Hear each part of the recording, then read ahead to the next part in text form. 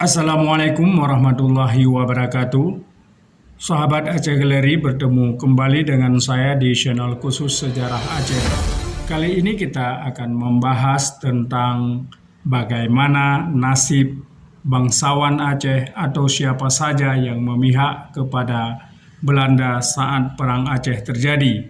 Siapa saja yang berkhianat kepada perjuangan Aceh dan resiko yang akan dihadapi. Bagi pejuang Aceh, siapapun yang berkhianat akan menerima konsekuensi yang sangat besar, karena bagi Aceh tidak ada istilah kompromi dengan para pengkhianat.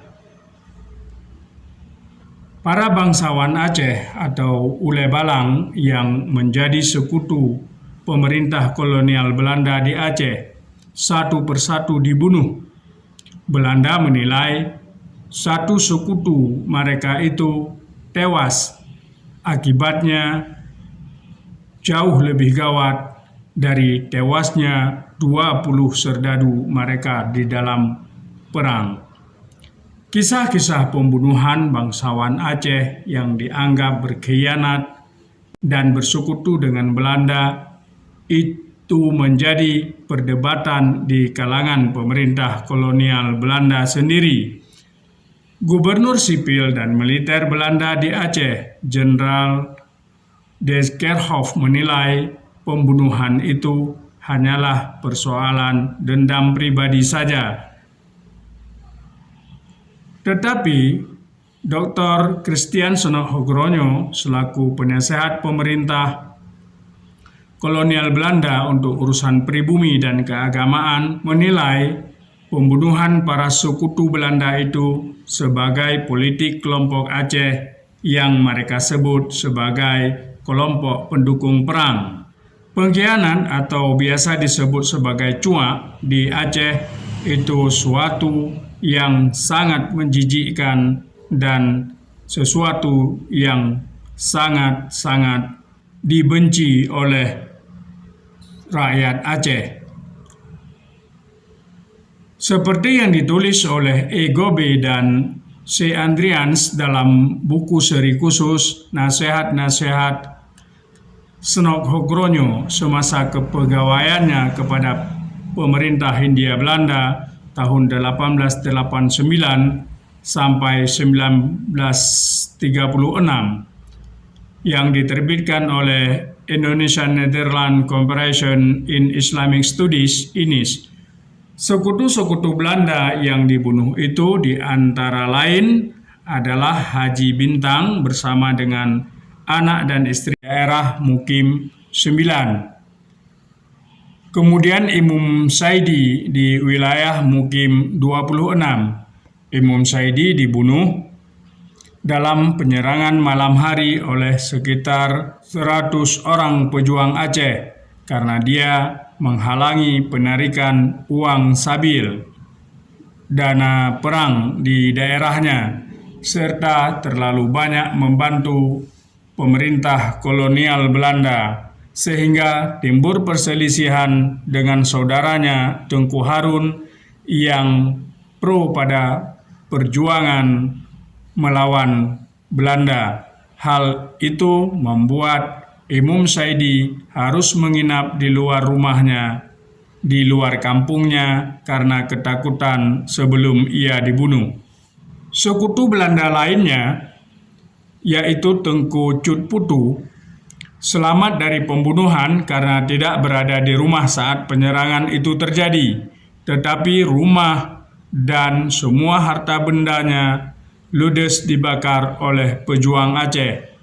Jenderal De Kerkhoff menilai bahwa pembunuhan Imum Saidi itu hanya persoalan pribadi dengan Harun kerabatnya, tetapi Christian Sonok-Hogronyo melihat itu sebagai pembunuhan politik untuk melemahkan pengaruh Belanda di wilayah tersebut.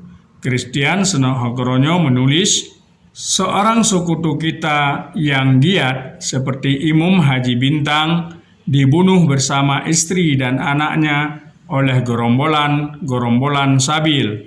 Ini bukan soal pembalasan dendam secara Aceh dan bukan penyerangan atas imam daerah mukim itu sendiri, sehingga perkara tersebut harus diselesaikan dengan kekerasan oleh kerabatnya atau oleh ulebalangnya. Sebaliknya, ini adalah serangan golongan perlawanan terhadap kita, Belanda, dan terhadap tata keadaan kita. Jauh lebih gawat akibatnya daripada pertempuran yang menewaskan 20 serdadu kita.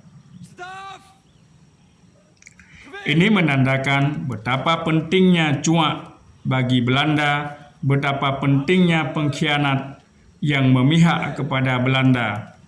Kematian seorang pengkhianat bagi Belanda itu lebih berharga daripada kematian 20 orang serdadunya.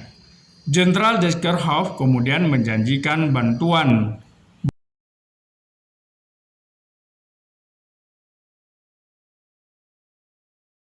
balas dendam kepada putra Imam Haji Bintang, tetapi Senok Hokronyo mengatakan putra Imam Haji Bintang tersebut tidak berani melakukannya meski dengan bantuan Belanda, karena yang dihadapi bukanlah person karena balas dendam, tetapi sekelompok pejuang Aceh yang disegani. Begitulah akhirnya riwayat pengkhianat atau cuak di Aceh.